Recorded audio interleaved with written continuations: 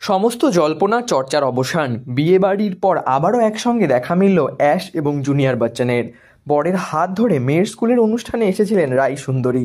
আরাধ্যার স্কুলের এই অনুষ্ঠানে অভিষেক এবং ঐশ্বরিয়ার সঙ্গে হাজির ছিলেন অমিতাভ বচ্চনও।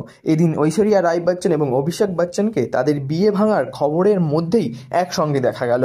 বিগত প্রায় 1 বছর ধরে তুঙ্গে ছিল রাই সুন্দরী এবং জুনিয়র বচ্চনের ডিভোর্সের জল্পনা।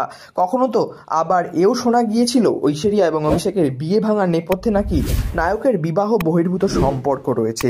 তিনি নাকি গোপনে মন দিয়েছেন অভিনেত্রী নিমরত কৌরকে।